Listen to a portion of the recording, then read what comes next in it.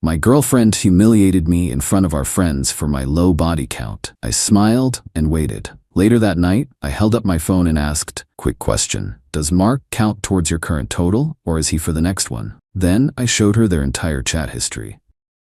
The discovery that ended my 2-year relationship with my girlfriend, Emily, wasn't a dramatic confrontation or a tearful confession. It was a quiet, digital accident. It happened on a Sunday afternoon. I was sitting on the sofa, using our shared Blit to look up a recipe. Emily was out for a run. An iMessage notification popped up at the top of the screen. The name was Mark, accompanied by a string of heart emojis. The message read, "Last night was incredible. Can't stop thinking about you." I stared at the message, my heart turning to a block of ice in my chest. Last night, Emily had told me she was having a girls' night at her friend's apartment across town. My first instinct was a hot, blinding flash of rage. But I've learned in my life that rage is a blunt instrument. It's messy and imprecise. What was needed here was the cold, sharp precision of a scalpel. I was in a seemingly happy, committed relationship. I trusted her completely. This wasn't a slow decay, it was an ambush. And an ambush requires a counter-ambush, not a chaotic firefight. I opened the messaging app. I didn't have to scroll far. There it was, a parallel life, a completely separate narrative running alongside mine for the last 6 months. Mark was a colleague from her office. Their conversations were a sickening mix of illicit plans, romantic declarations, and most painfully, a running commentary on me. I was the safe, boring boyfriend, the human golden retriever, the man she was with for stability while she figured out if Mark was the real thing. They had a whole language of contempt for me. She complained about my taste in music, my quiet nights in, my loyalty. To them, my stability wasn't a virtue, it was a joke. I sat there for 2 hours and read everything. I didn't just get angry, I got educated. I saw the full scope of her deception. And then I made a decision. I would not confront her. Not yet. A private confrontation would allow her to lie, to gaslight, to twist the narrative. She was a master of emotional manipulation. No, a betrayal this profound, this arrogant, required a public stage. It required an audience. So I became the perfect boyfriend, the human golden retriever. I was more attentive, more loving, more clueless than ever before. I was playing a role, and I was committed to giving an award-winning performance. For the next 2 weeks, I meticulously documented everything. I took screenshots of their entire chat history and saved them to a secure, hidden folder in the cloud. I was no longer her partner. I was the prosecuting attorney, building an airtight case.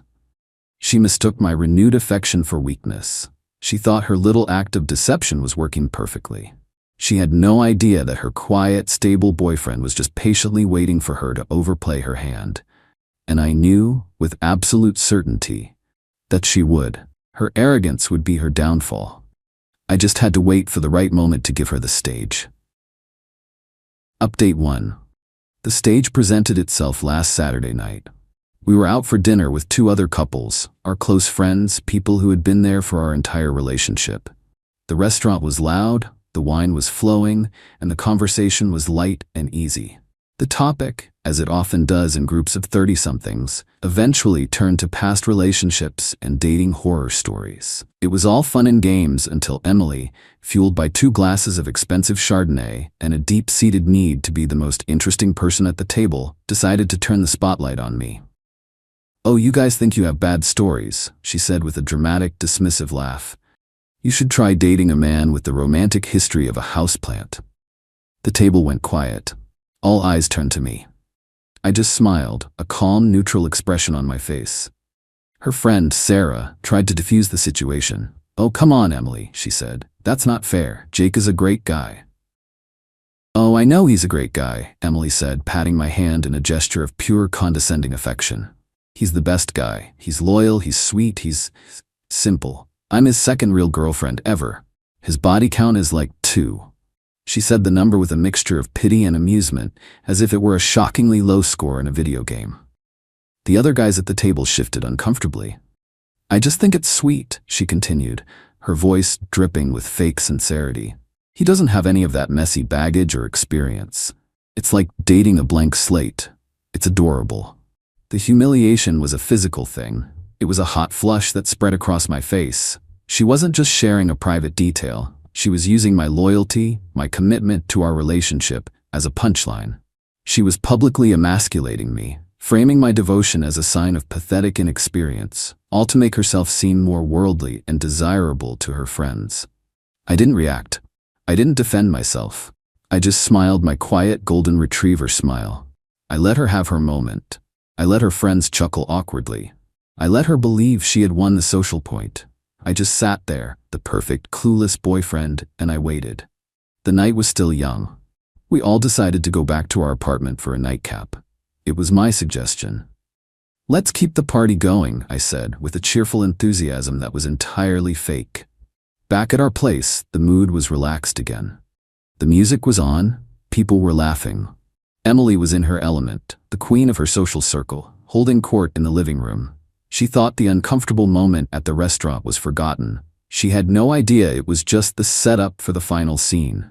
I waited until there was a lull in the conversation. Then, I stood up, a playful smile on my face.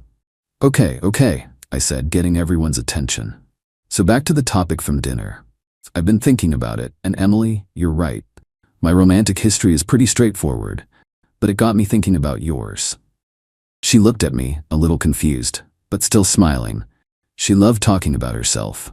"I just have a quick question for you," I said, pulling my phone out of my pocket. "It's about your body count. I'm just trying to keep the numbers straight for my own records, you know?" I held up my phone. The screen lit up. "This guy, Mark," I said, my voice still light and conversational. "Quick question. Does he count towards your current total, or is he for the next one?" Then I turned my phone around so that everyone in the room could see the screen. It was displaying a crystal-clear screenshot of one of her texts to Mark from the week before. A text that read, "I can't wait to leave my boring boyfriend and start my real life with you." Update 2. The silence that fell over the living room was not just an absence of sound. It was a physical presence. It was heavy, suffocating, and absolute. The six of us were frozen in a tableau of pure, unadulterated shock. Emily's face was a work of art. Her playful, arrogant smirk dissolved in an instant, replaced by a mask of ghostly white horror. Her eyes darted from the phone in my hand to the stunned faces of our friends and then back to me. She looked like a magician whose trick had just gone horribly, horribly wrong, revealing the hidden wires and trapdoors to the entire audience. Her friends were speechless. Their jaws were literally hanging open. They were staring at my phone, then at Emily, their expressions a mixture of disbelief and dawning disgust. I didn't let the moment pass. I kept my voice calm, almost casual, as if I were just continuing the conversation from dinner. "Because I'm a little confused about the timeline," I said, swiping to the next screenshot. It was a picture of them smiling at a winery she had told me she was visiting with her mother. This was from last month. Were we together then? Or was that during a break I wasn't aware of? I kept swiping. With each new screenshot, a fresh wave of horror washed over the room. I showed them their romantic dinner plans on nights she had told me she was working late. I showed them her texts to Mark, mocking my job, my friends, my very character. I showed them the entire sordid 6-month history of her secret life. It was a systematic, brutal, and undeniable presentation of the facts. I wasn't yelling. I wasn't crying. I was just calmly narrating the story of her betrayal, using her own words as the script. When I was done, I put my phone back in my pocket. I looked at Emily. She was trembling, silent tears streaming down her face. "So," I said, my voice dropping to a quiet, final tone, "I guess my body count is still 2, but yours, Emily? It seems the numbers are a little more complicated than you let on." That's when the room finally erupted. Her friend, Sarah, the one who had tried to defend me at dinner, was the first to speak. "Emily, how could you?" she whispered, her voice full of a horrified pity. Emily didn't have an answer. She just sat there, broken. The friends, our friends, started to get up. They mumbled apologies to me. They gave Emily looks of pure contempt. One by one, they filed out of the apartment, leaving the three of us, me, Emily, and the ghost of her lies, in a deafening silence. When the last friend had gone, I walked over to the closet and pulled out a suitcase.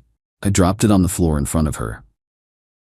"The lease on this apartment is in my name," I said, my voice devoid of all emotion. "The life you have been living has been on my dime.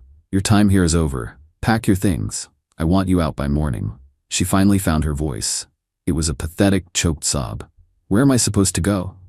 I don't know, I said. Maybe Mark has a spare room. Or maybe you can find another blank slate to write your lies on. But my story with you is over. Final update. It has been 6 months since the night I have come to call the presentation. The fallout from that evening was as swift and as total as I had planned. Emily left the next morning.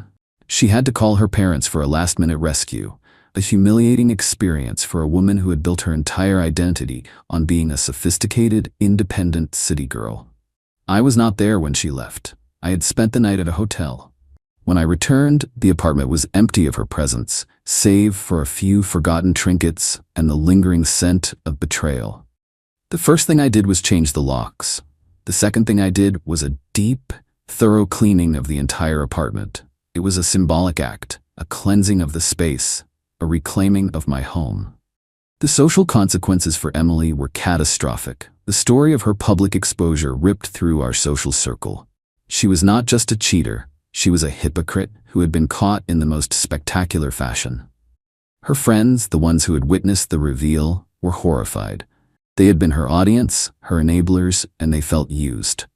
They all cut ties with her. She had built her social standing on a foundation of lies, and when that foundation crumbled, she was left with nothing. The affair with Mark, of course, imploded immediately. He was, by all accounts, humiliated and furious. He had been her co-conspirator, but he had also been a victim of her lies. She had told him I was just a clingy ex she couldn't get rid of. The revelation that I was her live-in, long-term boyfriend, the man funding the very life she was living, was a shock to him. He ended things with her via a single, scathing text message. With no boyfriend, no other boyfriend, no friends, and no home, Emily was forced to do the one thing she had always dreaded. She had to move back to her small hometown, back into her childhood bedroom, under the watchful eyes of her disappointed parents. The glamorous, exciting life she had been building was a ruin. As for me, my life has been a study in quiet, deliberate recovery. I took some time for myself.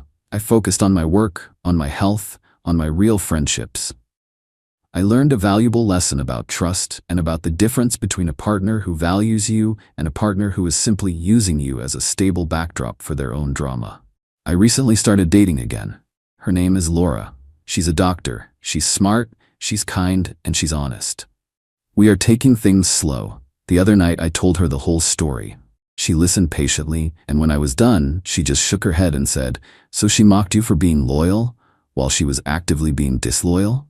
The irony is almost poetic. Emily tried to humiliate me for my low body count. She tried to use my loyalty and my commitment as a weapon against me. But in the end, those were the very things that made me strong. I was loyal to the idea of our relationship, right up until the moment I discovered it was a lie.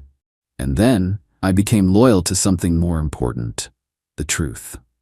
She thought my past was a joke, but it was her present that was a complete and utter fraud. And all I did was hold up a mirror and let her and everyone else see the truth.